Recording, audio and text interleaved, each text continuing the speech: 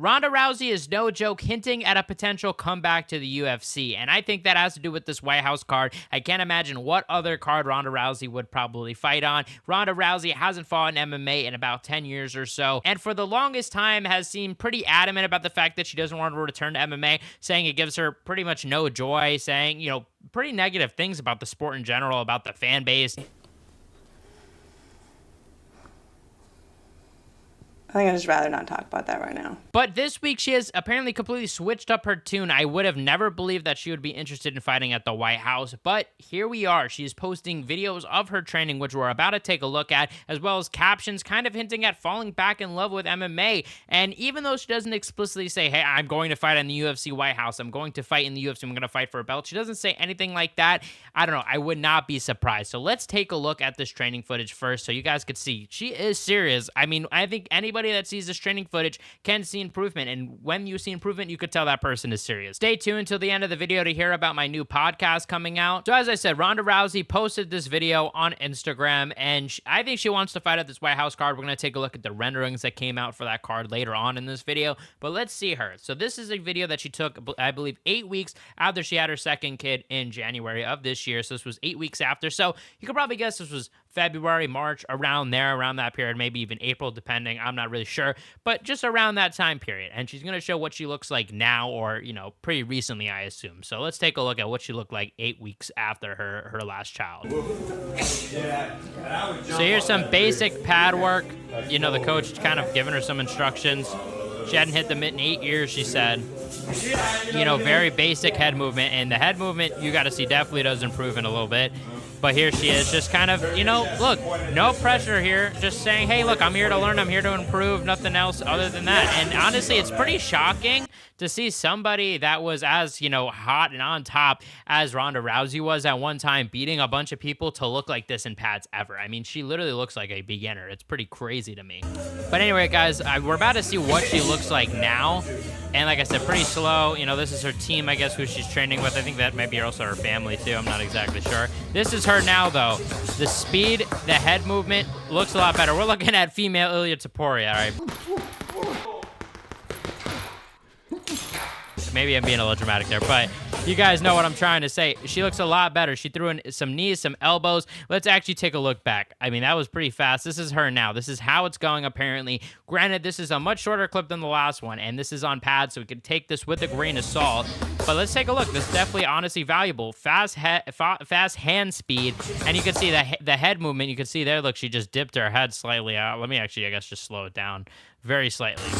You see, look, move their head back there. You can see, look, really focusing on her defense, which was something she lacked in that Amanda Nunes fight, where she lost in the first minute of that fight. And look, she definitely just looks a lot better. Her boxing is improved. I mean, you can't deny that. It throws in a knee, throws in an elbow, and gets into the clinch, and looks... I mean, this footage by itself looks very good, and you would say, damn, I'm actually pretty excited for a Ronda Rousey return. But I have to remind you guys, this is pads. I mean, this is training. This is a select, probably, I think this footage was probably like 10 seconds long. I mean, we can't really take so much from this. So I am not on board here saying that, Ronda Rousey should fight the winner of Amanda Nunes versus Kayla Harrison. Not at all. And let's be honest, a Ronda Rousey return is big no matter who she's fighting. But let's take a look at the caption she actually put up on her Instagram. This is what she had to say on her Instagram, saying, finding my love for MMA again. The last 6 months have been an absolute blast. Feels like I have so much left to grow, and without the weight of the world on my shoulders, nothing is holding me back, which is something that I kind of alluded to before, which is the fact that, there isn't any stress. She doesn't have to prepare for a fight. She doesn't have to worry, oh, I got to make weight. Oh, I got to, I only have this many weeks to train. I should be focusing on grappling. I should be focusing on this. No, she could just say, look, these are the holes in my game. Let me actually just learn. Let me get better. Let me actually treat this as something that clearly Ronda Rousey at one point loved. And I mean, obviously she loves martial arts in general, but clearly at one point loved MMA, did it for so many years. And like I said, seeing her on the pads, how she was in the beginning of this year as a champion, it is insane. Insane to think that she had that success. So if only she had even better striking, who knows where she would have been? Who knows who she could have even beaten else? You know what I'm saying? Maybe she could have beaten Amanda Nunes if she actually had focused more on striking way earlier on. You know what I mean? But my point is that Ronda Rousey doesn't have all that stress right now. So she could just focus on getting better. And maybe now, in her head, she maybe thinks, oh, she has fixed the holes in her game, and this is the time to come back, that now she could actually compete with these girls. However, my opinion on that is, I don't know. I don't think that's likely. I don't think that she's going to likely beat any of these girls. I don't think she's going to beat Amanda Nunes. I don't think she's going to beat Kayla Harrison.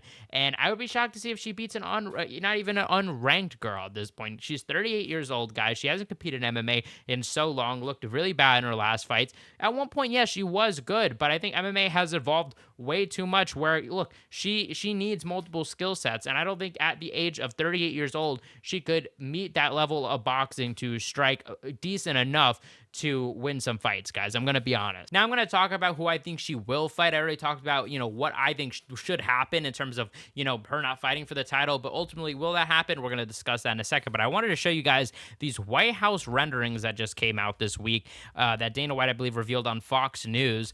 And here it is, guys. So this is the White House, obviously, in the background. This is absolutely insane. I mean, I did not expect so many people to be here. I mean, we're going to see another image of this right now.